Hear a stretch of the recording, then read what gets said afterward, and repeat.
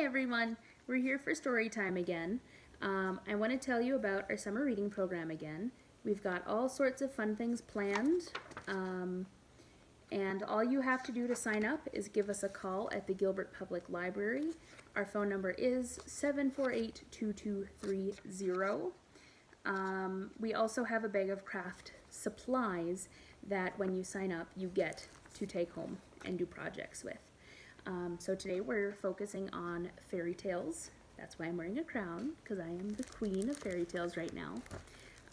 The first stories we're going to be reading are from this book called Once There Was a Story, Tales from Around the World, perfect for sharing, collected and written by Jane Yolen.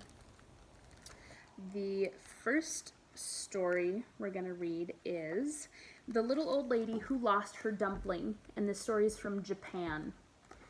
So it's going to be different because there's a lot of words per page, so I'll hold this close so you can see the picture. Long ago, there lived a funny old woman who loved to laugh. Tee-hee-hee. Also, she was a master at making rice flour.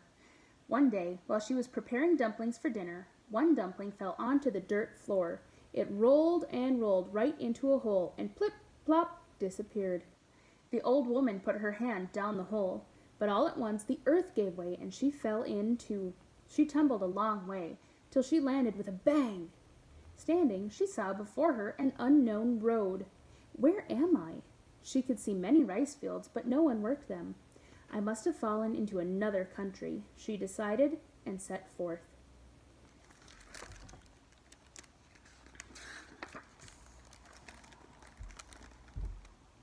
Now the road sloped downward, so she knew her dumpling must have rolled farther away. Off she ran, laughing tee-hee-hee, and calling out, Dumpling, dumpling, dumpling mine, the dumpling on which I shall dine. Where is that dumpling? After a little while she came to a stone Jizo, protector of roads. O Lord Jizo, she asked, have you seen my dumpling? Jizo answered, Yes, I saw your dumpling tumbling along, but do not go any further. A wicked Oni lives nearby, and he eats people. The old woman wasn't afraid of the Oni. She laughed, tee-hee-hee, and ran on. Soon she came to another stone Jizo. O Lord Jizo, have you seen my dumpling? The Jizo said, Yes, I saw your dumpling go tumbling by, but you must not run any further. There's a wicked Oni nearby who eats people. The old woman still wasn't afraid of the Oni. She laughed, tee-hee-hee, and called as she ran on, Dumpling, dumpling, dumpling mine, the dumpling on which I shall dine. Where is that dumpling?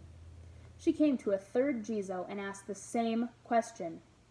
This Jizo said, Hush, woman, here comes the Oni now, and he's very hungry. Squat behind my sleeve and don't make any noise. This time she was afraid and did as the Jizo commanded. Boom, boom! The giant Oni came stomping by. He was 10 feet high and 10 feet wide and very ugly. He bowed to the Jizo, then sniffed the air.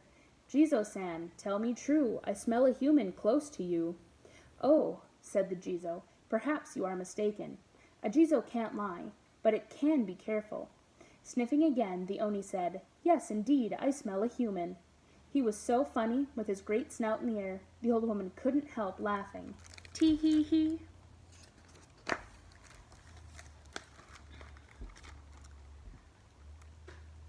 The Oni pulled her out from behind the Jizo's stone sleeve, and she was still laughing. Tee-hee-hee. That good old woman is under my protection, said the Jizo. You must not hurt her. Then I will not make her my dinner, but make her cook my dinner, said the Oni. So he carried her down the road till they came to a wide river, where there was a boat, where the Oni put her in the boat and rowed her across to his house. The house was large, but then it would be. Onis are very large.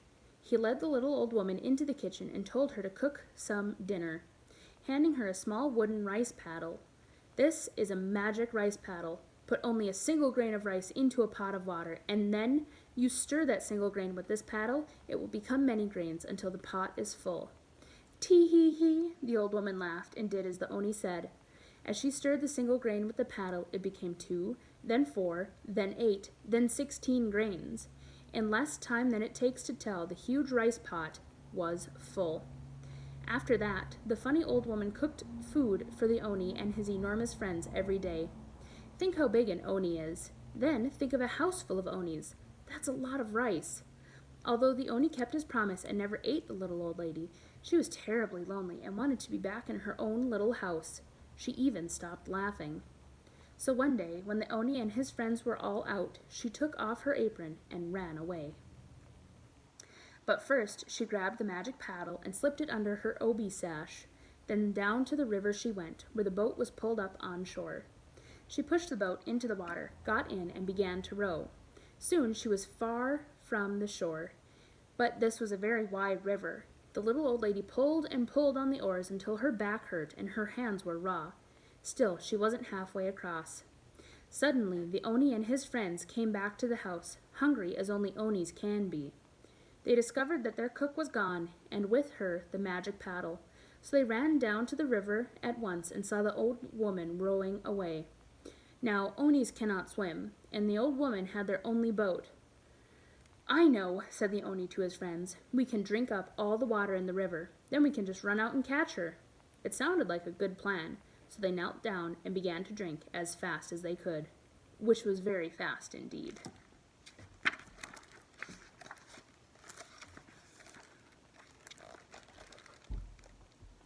The water got lower and lower, but the old woman kept on rowing until the water became too shallow for the boat, so that the Onis stopped drinking. They began to wade across, shaking their fists at her, avoiding the biggest puddles. The old woman dropped her oars and took the magic paddle from her obi sash. She looked at it. They found this so funny, they burst out laughing. "Ho, ho, ho!" And at the very moment they began to laugh, all the water they'd drunk spurted out of their mouths. The river became full again. And remember, Onis can't swim.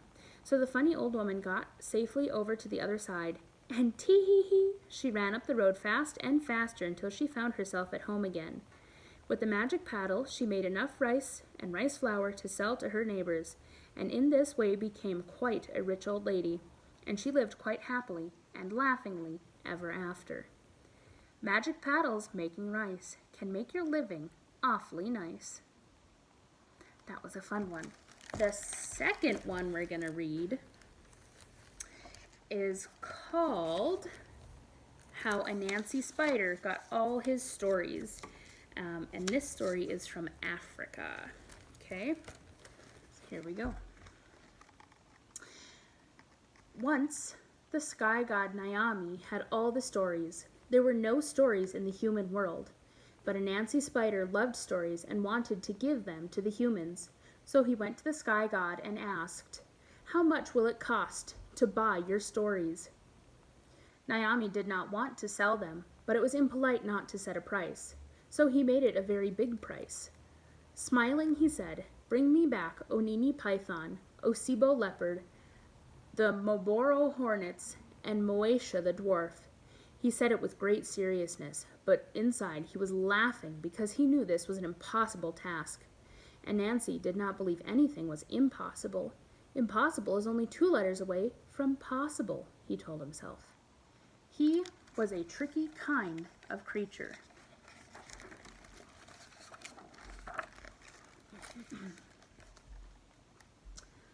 He knew with good tricks he could get some of the creatures for the sky god, but the biggest trick would be to get them all. First he went to the forest where Onini Python lives. It was dark and tangled in those woods. When he found a great tree where the snake was stretched out, Anansi didn't look up. Instead, he stood under the branch and spoke aloud as if talking to himself. "Really," Anansi said, "I don't think that python is truly longer than the palm branch. That's too hard to believe. It's just his shadow that long." Python overheard. He swung his great neck down until he was eye to eye with Anansi and said, "What do you mean I'm not that long?" "Prove it," Anansi said. "There's the branch. Stretch out." Onini Python stretched and stretched, but a snake likes to curl and coil, and so he was never perfectly straight. "Let me help," said Anansi. "I will tie you to the branch, and then I can measure. I am sure you are right." So Python agreed to be tied to the branch. As soon as Python was secure, Anansi took out a saw and cut down the branch. and carried the branch to the sky god, singing, "Here is one, I've almost won." The sky god laughed. "There is still 3 more to go," he said. So Anansi went to the woods where Osibo Leopard lived and dug a deep hole in the ground. He covered it with grasses, so it looked as if no hole was there. Then he waited quietly in a tree until Leopard came strolling along. Anansi called down, "Osibo Leopard, I bet you can't catch me." Leopard looked up, and since he wasn't looking down, he stepped right onto the grasses that covered the hole, and kabump, down he went. At the bottom of the hole, he howled and yowled. "Oh dear, I didn't know that hole was there," said Anansi Spider. "Let me help you out, dear friend." He threw down his webs. "Thank you," Leopard said, and stepped onto the webs.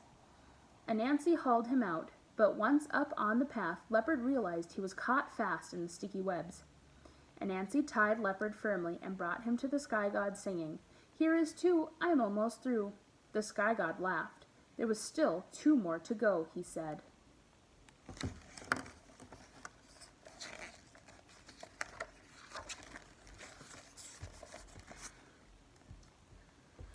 Now it was time to catch the Marlboro hornets.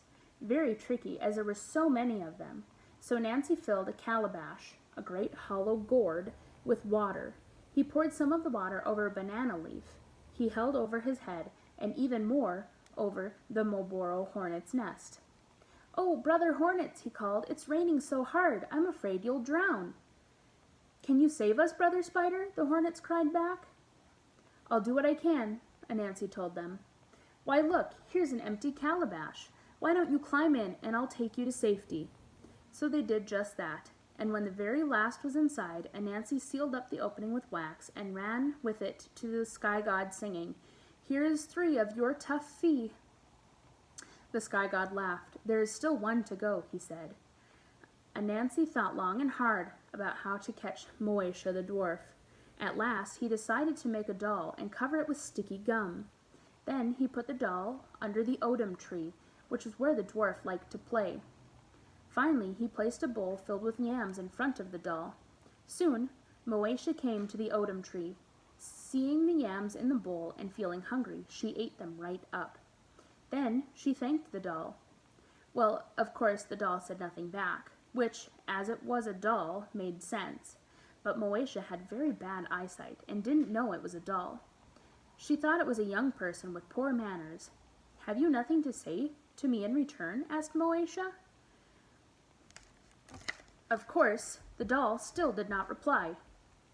Annoyed, Moesha struck the gum doll, first with one hand, then with the other. Her hand stuck in the sticky gum, and Anansi ran back with her over his shoulder all the way to the sky god, singing, "Here is 4, I need no more."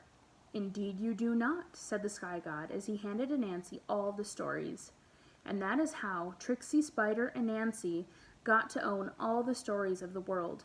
And you now have heard the very first one. If you want to hear a tale, find a spider without fail. Okay, the last 2 stories will be in the next video, and there will be a craft at the end of that. Okay, we'll see you there.